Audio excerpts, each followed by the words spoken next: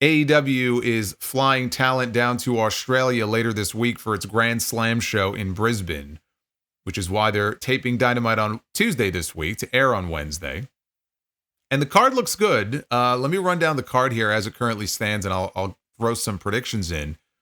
We have what they're calling the Dream Team of Will Ospreay and Kenny Omega taking on Kyle Fletcher and Konosuke Takeshita. And I'm expecting a win here for Ospreay and Omega. Jon Moxley and Claudio Castagnoli wrestling Adam Copeland and Jay White in a Brisbane brawl, which is better than having Moxley defend the AEW title against Jay White because Copeland already went and challenged Moxley for Revolution. So what would even be the point of that? I've got Copeland and Jay White going over in that one. Mariah May defends the AEW Women's World Championship against timeless Toni Storm. From the Gold Coast of Australia, Toni Storm returns home. It's just too bad that she's not leaving with that title. I say Mariah May remains the AEW Women's World Champion. And Kazuchika Okada puts the Continental title on the line against Buddy Matthews, which will be a win for Okada. And Mercedes Moné, just added, has finally agreed to put her TBS title on the line against Harley Cameron. And that'll be a win, I do believe, for Mercedes Moné. So that's the card as it stands.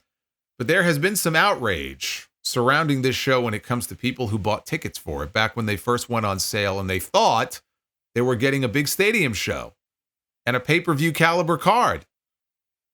They're not. And a lot of them are not happy about it. Tony Khan gave an interview to Scott Fishman of TV Insider and had this to say about the show. Having this be a TV event has always been the plan.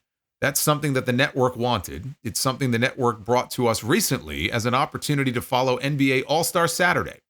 We saw it as a huge opportunity. It was a great vote of confidence for our partners at Warner Brothers Discovery. It will be one of the biggest nights of the year on TNT. It's a great opportunity given the lead-in. Now, he says having this as a TV event has always been the plan. I have my doubts about that. One thing he never did, though, was formally announce that it would be a pay-per-view. And that has been a main bone of contention that a lot of people have had. Oh, you said it would be a pay-per-view, and then it got downgraded to a glorified episode of Collision. They never actually advertised the show as a pay-per-view. There was never a graphic. There was never a poster.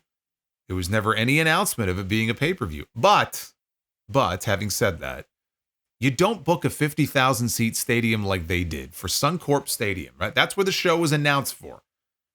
You don't book a building that big and think of how expensive it must be to fly their crew all the way down there, right? And the stage and the set and all that for a glorified Collision.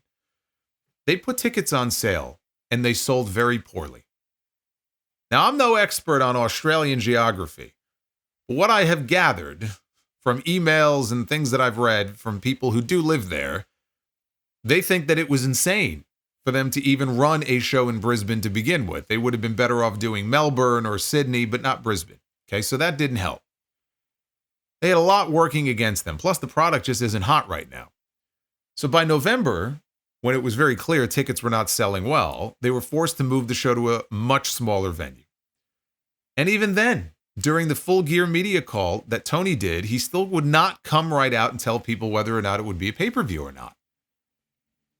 He said it would present some challenges as far as presenting it as a conventional pay-per-view domestically, but that's not the same thing as saying, no, it will not be a pay-per-view. We are planning on it as a TV special. We will have more details to come soon. How hard would that have been? He didn't say that. He left it very vague, and that's my biggest issue with the way this whole thing has been handled from the start. There's just not enough clarity.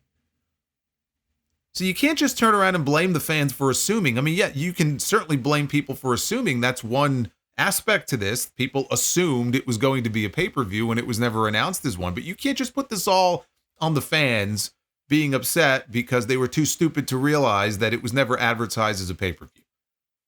The company bears responsibility here too because there was not enough clarity. Things were just vague enough.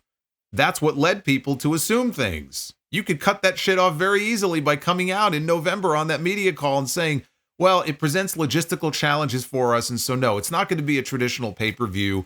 Here's how it'll air. We don't have all the details yet. We'll have that for you soon, but no, it will not be a pay-per-view. They didn't say that. So it's no wonder people thought that it would be a pay-per-view. If I didn't know any better, I would have assumed it was going to be a pay-per-view.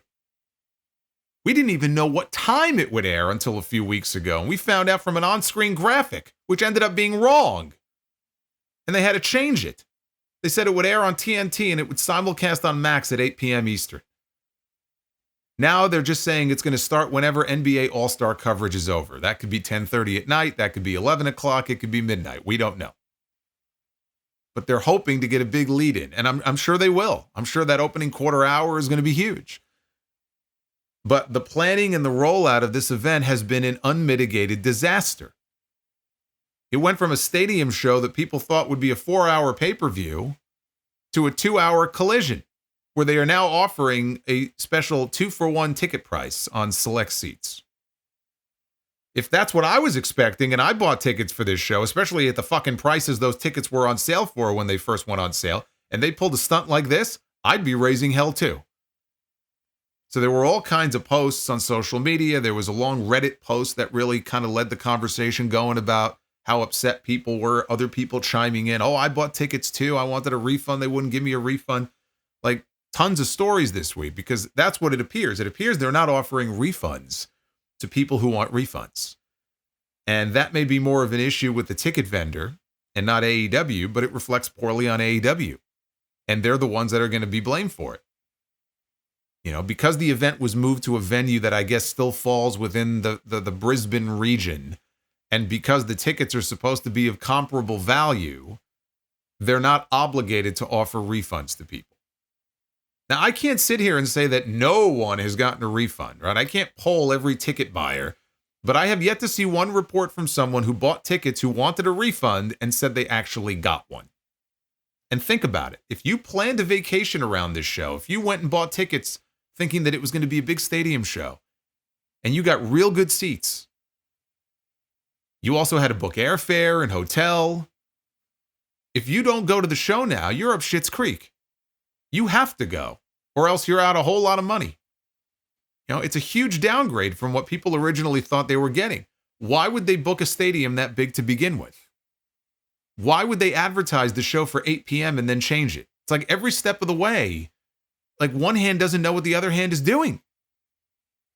And even trying to give them the benefit of the doubt on not advertising this as a pay-per-view, it doesn't help that last night on the official AEW Twitter account, they advertised the show as a pay-per-view. Literally, they wrote, "We are just 7 days out from AEW Grand Slam Australia on PPV at the Brisbane Entertainment Centre.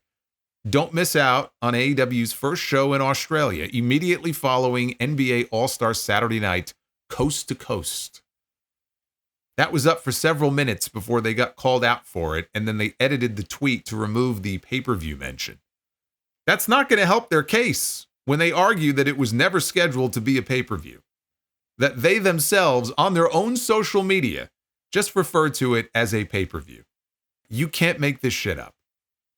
This whole thing has been a complete fiasco.